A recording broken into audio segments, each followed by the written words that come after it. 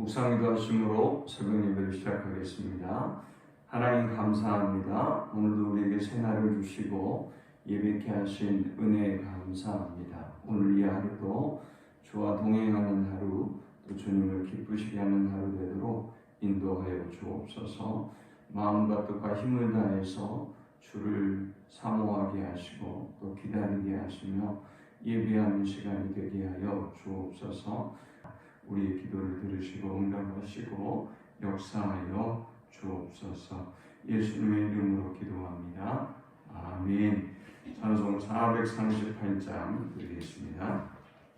내 영혼이 은총 입어 중한 죄지 벗고 보니 슬픔 많은 이 세상도 천국으로 화하도다.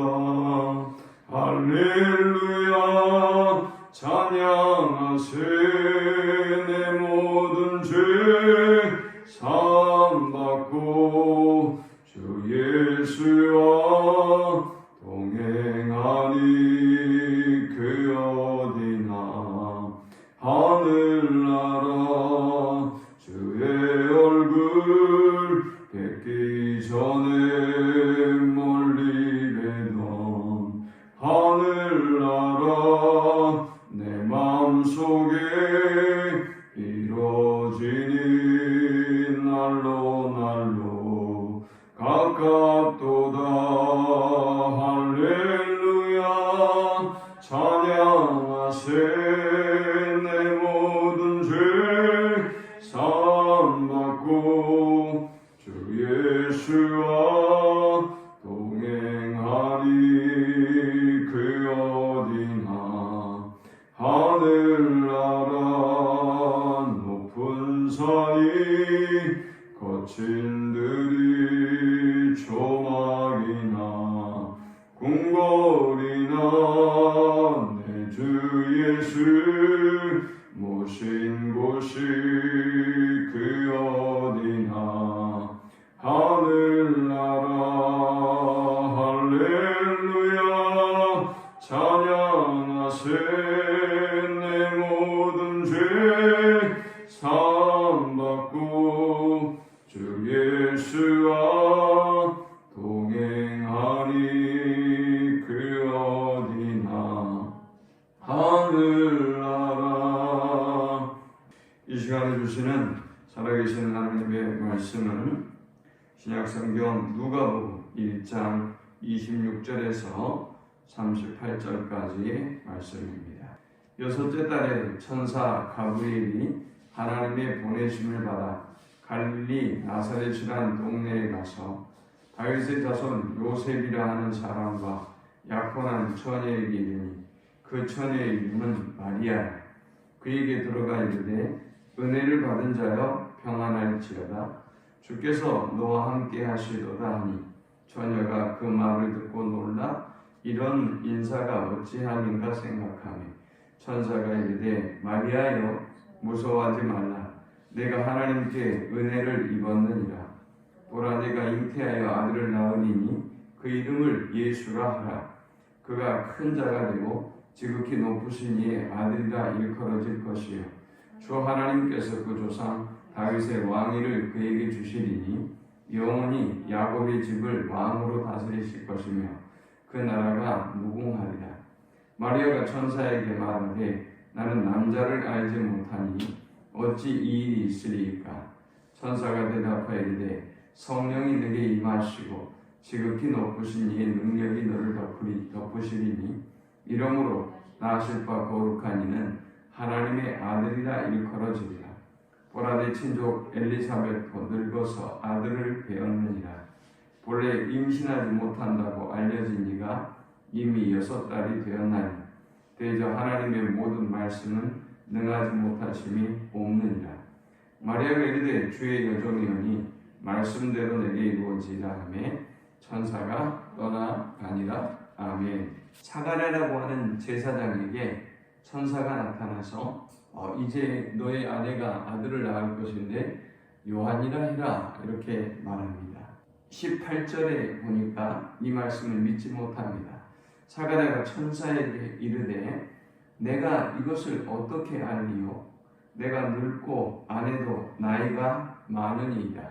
하나님의 말씀이 그에게 임하면 그것을 그대로 믿고 수납해야 될 텐데, 그리고 감사해야 될 텐데, 저는 늙고 아내도 나이가 많습니다. 19절에 보니까 천사가 대답하여 이르되 나는 하나님 앞에 서 있는 가브리엘이라. 이 좋은 소식을 내게 말하라고 보내심을 받았노라. 천사가 아마 제사장이 하나님이 그를 통해서 주시는 음성을 듣고도 그것이 은혜임을 알고 또 그것을 믿지 못함을 바라보면서 안타까웠던 것 같아요. 백성의 죄를 위해서 백성과 하나님과의 관계를 화해하고 그리고 하나님께로 나아가기 위해서 존재하는 제사장에게 하나님의 말씀이 임하는데도 그 말씀을 믿지 못합니다. 그리고 그는 벙어리가 되어버렸습니다. 저는 이 사건을 보면서 하나님께서 이 시대의 교회와 성도들에게 마스크를 씌우신 것은 우리에게 하시고자 하는 말씀이 있다라고 생각을 합니다.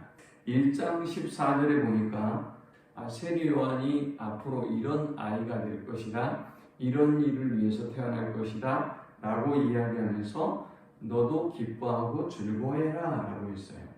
하나님께서 너희 가정에 세리 요한을 주시고 그 세리 요한을 통해서 이렇게 민족을 구원하는 일을 하는 것, 너희가 쓰임을 받는 것을 기뻐하고 즐거워해라 라고 얘기했지만 정작 이 사가랴 제사장은 그 말씀을 믿지 못합니다. 그리고 벙어리가 되어버렸죠.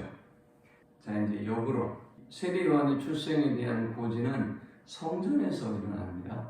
성전에서 제사장에게 천사를 통해서 하나님의 말씀을 주십니다. 그런데 예수님의 출생은 너무나 상반된 모습으로 고지가 됩니다. 예수님은 나사렛이라고 하는 저 촌동네에 천사를 보내서 또 아주 비천한 여인에게 주님은 수태고지를 말씀하고 있습니다. 그런데 이 상반된 두 사람의 차이, 이를 통해서 주님의 오심이 어떠한지를, 주님은 또 어떤 사람을 통해서 일하시는지를 우리는 교훈 얻을 수 있습니다.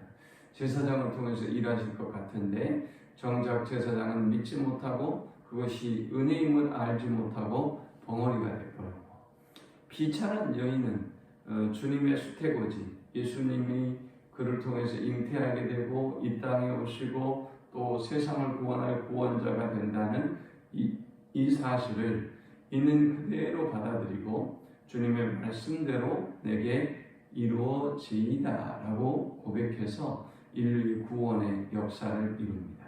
오늘 이 본문을 통해서 세 가지를 묵상하고 함께 은혜를 나누고자 합니다. 먼저 이 본문이 주는 첫 번째 교훈은 하나님은 은혜를 잊고 은혜를 아는 자를 통해서 역사하신다라는 것입니다.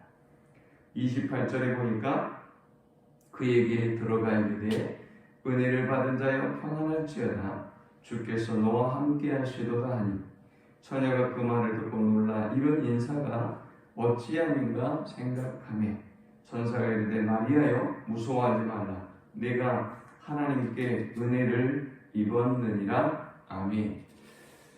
여러분, 이것이 과연 마리아에게 은혜일까요? 이거는 하늘이 무너지는 무서운 말씀이고, 이거는 정말 그 누구도 원하지 않는 은혜라고 하기보다는 위기죠.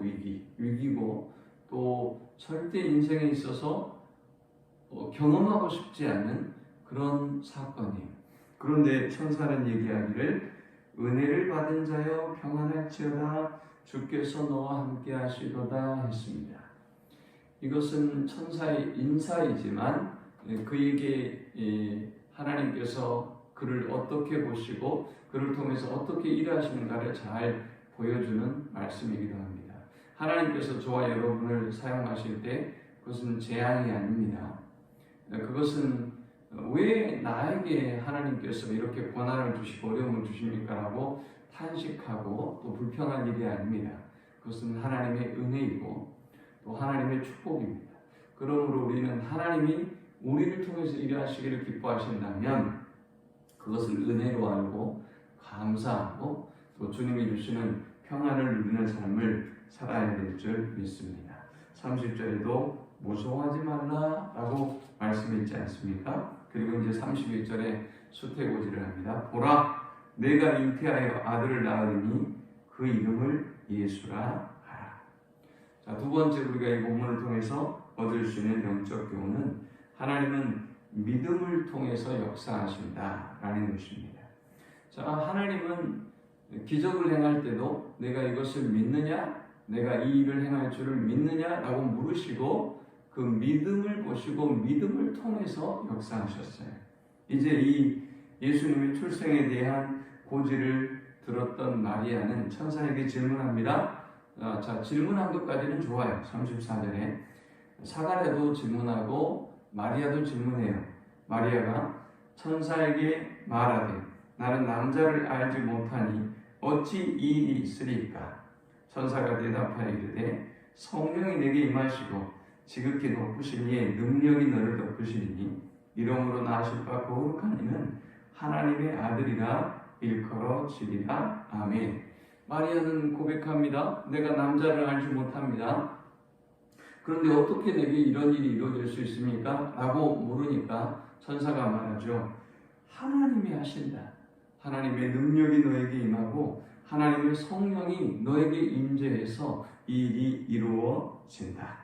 그리고 37절에 대저 하나님의 모든 말씀은 능하지 못하심이 없느니라. 우리를 통해서 하나님이 일하신다고 할 때 또 어떤 기적을 행하신다고 할 때 우리는 그것을 이렇게 믿지 못해요.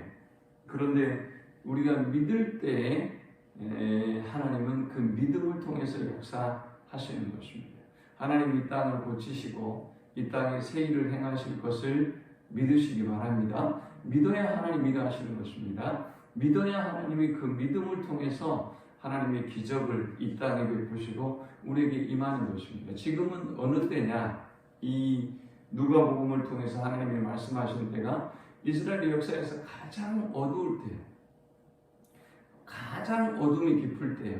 그들이 이 로마의 억압과 또 로마의 핍박으로부터 벗어날 가능성이 이제는 없는, 이제 우리는 팔짱가 보다, 이제 우리는 그대로 살아야 되는가 보다 라고 생각하고 있는 바로 그때에 예수님을 세례 요한을 보내시고 예수님을 보내셔서 인류의 구원의 역사를 이루셨어요. 지금 우리는 이 코로나로 인해서 가장 어두운 시간을 보내고 있습니다. 그런데 우리에게는 믿음이 필요합니다. 대저 하나님의 말씀은 능치 못하심이 없느니라.